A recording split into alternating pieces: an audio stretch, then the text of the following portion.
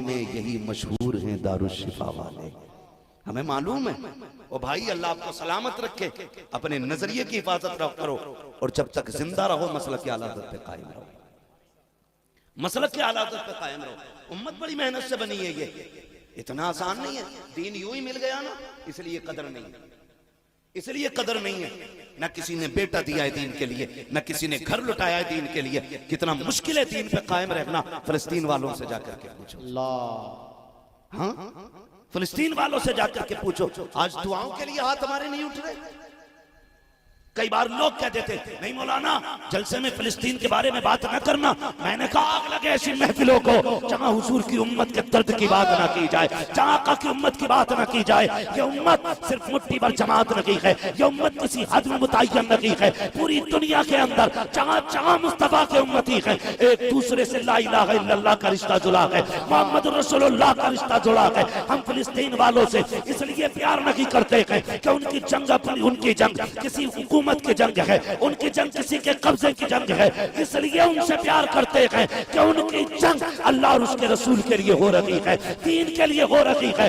میں چیلنج کرتا ہوں ساری دشمن طاقتوں کو, اور میں یار آپ سے بھی کہنا چاہتا ہوں, تم یہ سوچتے ہو کہ کوئی مدد آئے گی, ہمارے پاس لڑنے کی طاقت نہیں ہے. نہیں جانتے ہو رب نے سب سے بڑی پاور تجھے سجدے کی شکل میں دی تھی. کم سے کم سجدے کرنے لگ جاؤ, اللہ کی بارگاہ میں رو کے فلسطین کے لیے دعائیں کرنے لگ جاؤ. ابھی کچھ دن پہلے کی بات ہے, وہاں کی پناہ گاہوں پر جب بمباری کی گئی, آگ لگائی گئی ہے, تو تقریباً 44 بچوں کو زندہ جلایا گیا. کون جانے بچوں کا درد کیا ہوتا ہے. کن ملکوں پہ امید کر کے بیٹھے ہو؟ مسلم 57 ملک کہے جاتے ہیں. میں تو ترکستان سے لے کر کے سعودیہ کے عیاشوں تک کی بات کر رہا ہوں. جسے حضور کا درد نہیں ہوگا وہ امت کا کیا درد کرے گا. ہم جانتے ہیں یہ امت کسی دلال کے کرم پہ نہیں ہے, یہ امت کسی عیاش کی دولت میں نہیں ہے. خدا کی قسم دیکھنا کرم مدینے سے ہوگا, مدد فلسطین کے اندر پہنچ جائے. کیا کہنے مفتی صاحب, زندہ باد. دنیا کہتی ہے ترکستان ترکستان, آگ لگے ایسی حکومتوں کو. اللہ سلامت رکھے. ماشاءاللہ. میں تو پوچھنا چاہتا ہوں ان عیاشوں سے, کیا جواب دو گے قیامت میں حضور کو؟ کون سا منہ لے کے جاؤ گے اللہ رسول کی بارگاہ میں؟ تم عیش و عشرت میں ڈوبتے رہے, غیرت نہیں آتی ہے. لوگ بیٹھ کے باتیں ملاتے ہیں, حکومت دین مدینے سے آیا ہے, ہمارے لوگوں کا قبضہ مدینے میں ہے.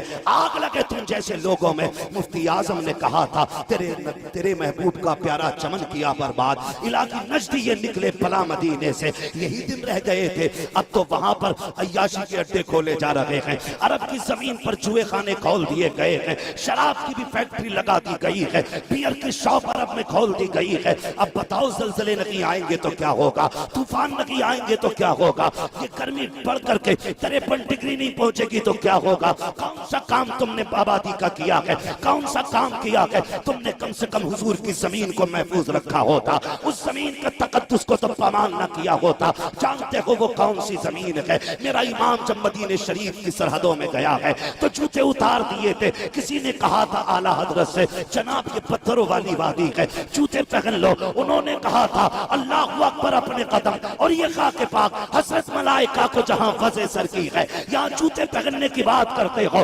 یہ زمین تو سر کے بل چلنے کی جگہ ہے. امام احمد رضا کو پیر کے ذریعے چلتے ہوئے غیرت آتی ہے. اس زمین کے تقدس کا عالم یہ ہے کہ 70,000 فرشتے صبح آتے ہیں, 70,000 شام کو آیا کرتے ہیں. تم نے جوؤں کے اڈے لگائے, عیاشی کے بازار کو گرم کر رہے ہو.